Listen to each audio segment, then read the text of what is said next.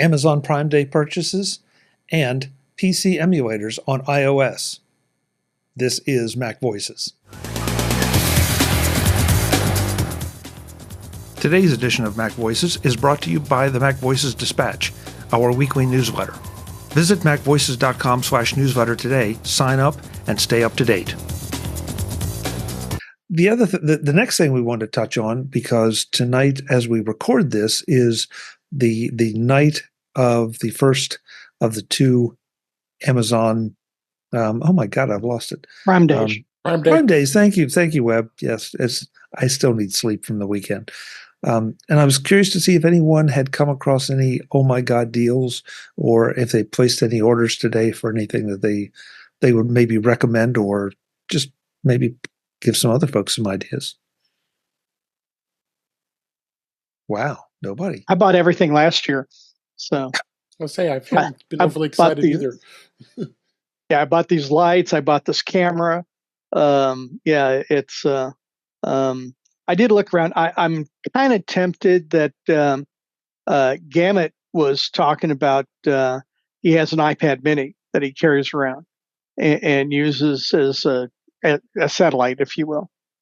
And they have a pretty good deal on Prime for I don't know, it's 20% off or something like that on a 64 gig iPad Mini. So I'm kind of thinking about that. Normally I would get that straight from Apple, but so I toyed with that idea. But it's I thought about buying a fan. There you go. So yeah. As in the kind that blows air. Yeah. Yeah. Okay. All right. Just wanted to be sure. Brian, how about you? Yeah, I found I'm still in the process of kind of looking around, and I better get my act together soon because it's limited time, right? But I found a few things that kind of caught my eye and things I could use. I have a MacBook Air, and of course it just has limited ports on it. A great computer otherwise, but there's a Anker hub that's a real good deal. $18, $18.84 it looks like. So you never can go wrong really with Anker. So there's a good deal on that to provide some more ports, and they also have little USB adapters. So it's a USB A to USB C, and just to throw in a couple of those, because just over the weekend, even bringing my travel bag with me is like, oh no, I don't have that. I don't have that particular adapter for this, that, or the other. And so just little adapter things like that. I'm toying around. There's an idea, and this is actually got brought up at one of the dinners at MacStock. I think I was conversing with Jeff and Kelly about it. After hearing presentations from, I believe it was Kirsten and Jeff on home automation, I keep going back and forth with the homekit of bringing in some of my non-HomeKit products into HomeKit using homebridge. Homebridge. And yeah, I don't have an all the time on computer or something like that. So my very basic minimal knowledge of anything like a Raspberry Pi is where I started having a conversation with them. And I was just looking a little bit on Amazon, and they do have some Amazon or some Raspberry Pis for a decent price. And so, yeah, I just don't know which model will suffice. So that's kind of like where I'm at. Dave? Yeah, I just happened to see it a few minutes ago. The Stream Deck, the one that's got the production, the knobs is 20% off. It's at $159. Holy cow! I'm very tempted. That looks like a great deal. And they get that. That's one thing that just stood out for me. There's just some incredible deals right now. Marty? First of all, this should Amazon Prime needs to be like 2 or 3 weeks before MacStock. Yes, exactly. It has been. Yeah, it has been, I know. because I used to buy all my SD cards on Prime Day. Yeah, yeah. The problem is I'm looking over what they have, and it's the stuff I bought last year already. So maybe I'm the one that they're gauging what to put on Prime with for that reason. I came home and we have a broken front door digital pad, and tomorrow will determine whether we can't get in, but we can, you close it and, it locks. So we're fine. So it might be that I'll be hitting up for a new front door lock. And I saw one of those on Prime. So. Okay. Let's see. I want to play catch up here with the chat room. Ben brought up the $99 OWC Thunderbolt dock, Mm. which that is a real deal. That is a real deal. I think I already have two, and I think I can connect three. So I might have three. Yeah, exactly. I'm going to blame Jeff for the fact that I'm going to try again to make a little bit different use of an Apple Pencil, because they had a crazy good deal on that for the second gen. I had an Apple Pencil, and I handed it down to someone because I just felt like I wasn't using it. Now I'm sorry I did, so I figured, well, Amazon Prime, let's go and check it out. So that was the one thing. I've read a bunch of coverage. I'm trying not to do it because I'm trying to wait for the next MacBook Pro, but they had some amazing deals on laptops and some of the Macs, as well as the iPads this time around. I'm not exactly in the market for them, but if you're thinking about it, you really should go in there. And much to my surprise, it wasn't just always the deals on the base configurations. There were actually some really great deals on mid-level. I mean, I'm not sure it's any of the real high-end stuff, but mid-level configurations that would definitely work for you. So let's see, anything else from anyone? I think that was pretty much it that were picked out. So, but yeah, a lot of really, really cool stuff. So let's dip into some of what, and we've run long on all these discussions, and I love that fact. I wish Ben was here, because he brought one to our attention, that there's a new Apple PC OS a new PC emulator for iOS that is now allowed on the App Store, and I think this was something that was being discussed or argued over and had been rejected previously, and now it's in there. Anybody have any thoughts on this, or is this? I don't know how else to ask it. Is this a big deal? And Ben, you're in the chat room, so feel free to comment, please. A huge deal. It's a huge deal. Yeah. But it's a big deal. The very first thought that came to my mind is, let's see how long it lasts. I mean, it was approved before and pulled down, I believe. Even if for a very brief period of time, I think it was approved before, wasn't it, Jim? Yeah, it was. I'm not sure about that, but to me, it also illustrates sort of the arbitrariness or capriciousness of Apple's curation. Why is this okay now and it wasn't 5 years ago? Mm-hmm. It's just sort of like it's whatever we say it is, kind of. There's no real rhyme or reason, and I'm glad that they're doing it now. It's still, they're not allowing just-in-time compilation, so the performance of it is pretty atrocious. So that's kind of a limiting factor, but yeah, I haven't tried it yet, but I'd be interested to see how it would work on my new iPad, since that's the M4 processor. But again, you're right.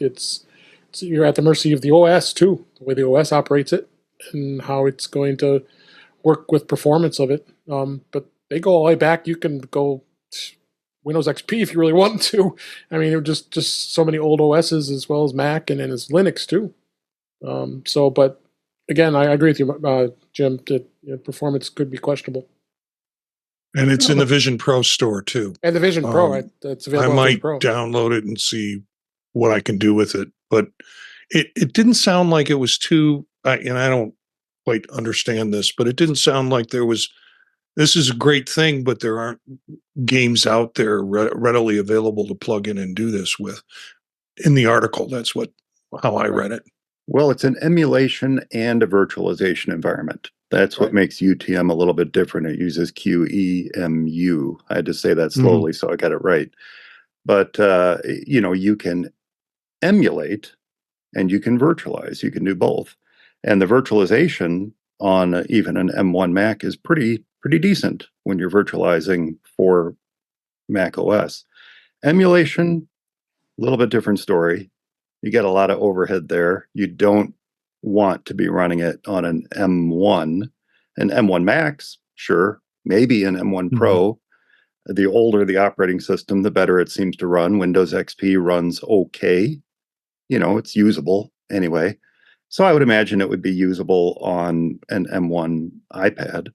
But the reason I say let's see how long this lasts is because what happens the very first time Apple gets wind of someone running MAME under FreeDOS under UTM, they're just going to freak out and they're going to pull it down again. And I just don't see it lasting.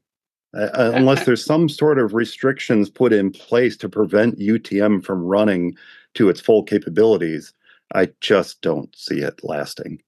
Someone's gonna run something on it, and Apple's gonna say, "Oh my gosh, you can't do that," and it's just gonna be yanked back down again. Let's say you mentioned virtualization. You're using VMware or you're using Parallels on a Mac.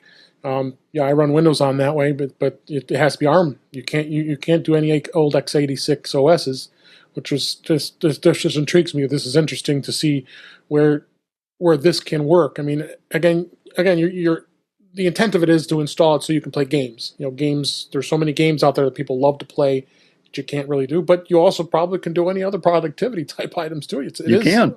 Absolutely. It's an OS. I mean, you can have the OS installed and it'd be fun. It's been fun to play with. I mean, thing is, Linux is free, but if you want to start playing, you got to spend a little money to get a license for Windows. So, if you really want to do it, older OSs you might be able to find out in the wild. But I don't think they are going to pull this. I think the thing is that they were going to be forced to allow this on the third-party app stores in the EU. That was a challenge. That mentioned too. Yep. And so, essentially they're continuing to try to pull the rug out from that. So, don't use the third-party app store. We'll just give you what you want here on the app store. Yeah, that's a good point. That's a good point. And basically, and Apple doesn't move until there's a gun at their head, and then until they have to. And yeah. I mean, and that's what Apple did with the third-party marketplace guidelines in the EU, and a lot of the UTM developers said they weren't going to go back and forth with Apple when it comes to this as for a subpar experience. But after help with the Alt Store team and another developer to work on some changes, they were able to get it approved in the EU too. So that was a win there too. Now the awesome thing about this is you should be able to build your machines on a Mac and then bring that virtualized or emulated PC over to your iPad or I guess your iPhone. I don't know why you'd want to run it on an iPhone, quite frankly, but on an iPad, it could be a pretty good experience. Yeah. But yeah, you should be able, it's like what we used to do with VMware. I'd build the virtual machines on my Macs and then I'd bring them over to the servers. It was a lot easier for me. And then I could always have a copy of the virtual machine on my Mac as well. You should be able to do the same thing with UTM, I would think. Mm-hmm. So is this, you all just said you can run productivity software on this, but I'm having a hard time visualizing why I would want to run productivity software in an emulation mode on an iOS device when it seems to be designed it allows use of older software when I have the ability to run it natively, a different version, a newer version, the way it's supposed to run. So is this, do you all see this as just primarily truly a game thing? Or no, I don't. Am I missing something? It's hard to say. And, I just got an old customer that was running a 19-year-old version of my software on Windows. People continue to run old software. Mm-hmm. Can easily imagine that there's people that, would want to run old software and, they have iPads, maybe their PC broke or whatever. So, I don't know. There's some software they want to use that just isn't available anymore. Well, that's usually the case. Is this going to, be a mainstream thing that takes over, productivity software? No. But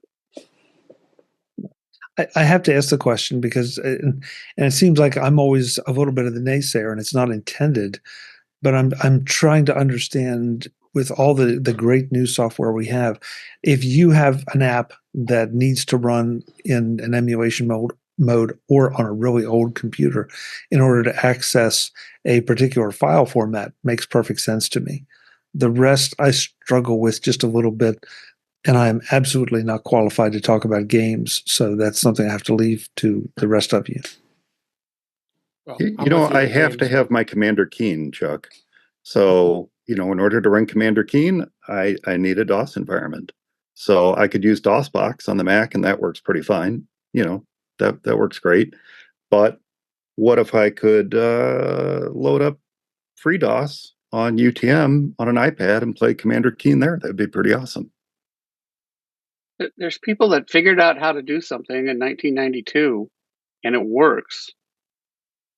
And they're like, I don't want to switch to something new. I want to keep doing things the same way I figured out how to do it in 1992. Yeah. And, don't tell me about new stuff. I'm not interested. And they're all part of Marty's user group. Yeah, that's right. That's right. It's right. Well, and remember, it's not just x86. I mean, QEMU can emulate so many different environments. You can emulate, old pre-OS 10 editions of Mac OS as well on this. So there might be a classic old game on the Mac that you want to play again, and this would be a great environment to play it in. Thanks, Mike. Now I'm looking up Wolfenstein 3D to see if I can get it to run. Wolfenstein 3D. Get it run on my goggles. Yeah. I mean, some of these games were cross-platform to an extent, and many of them were not. The only place you could play it was on a DOS machine. So, yeah, this is a way to do it.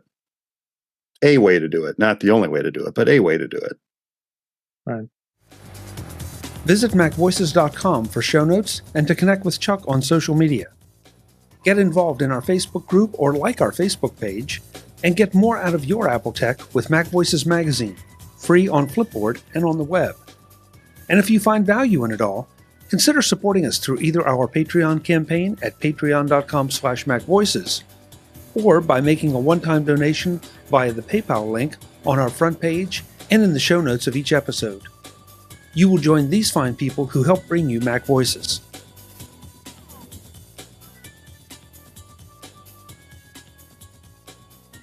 Advertising handled by Backbeat Media at backbeatmedia.com. Bandwidth provided by CacheFly at cachefly.com.